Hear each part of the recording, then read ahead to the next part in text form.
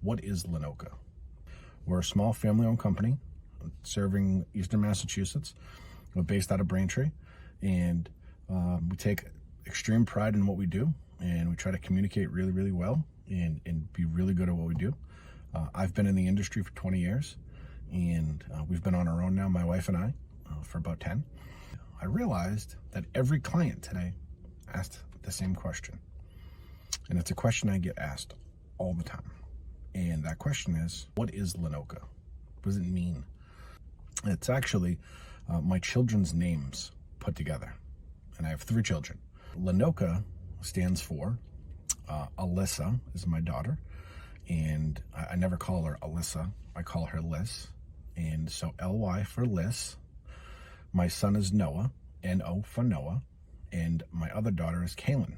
So I have 2 daughters and a son, and Kaelyn is the K-A. So Lyssa, Noah, Kaelyn is where Lynoka comes from.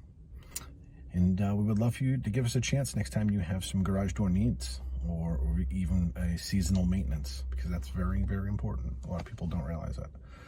But please give us a call, and we'll take very good care of you.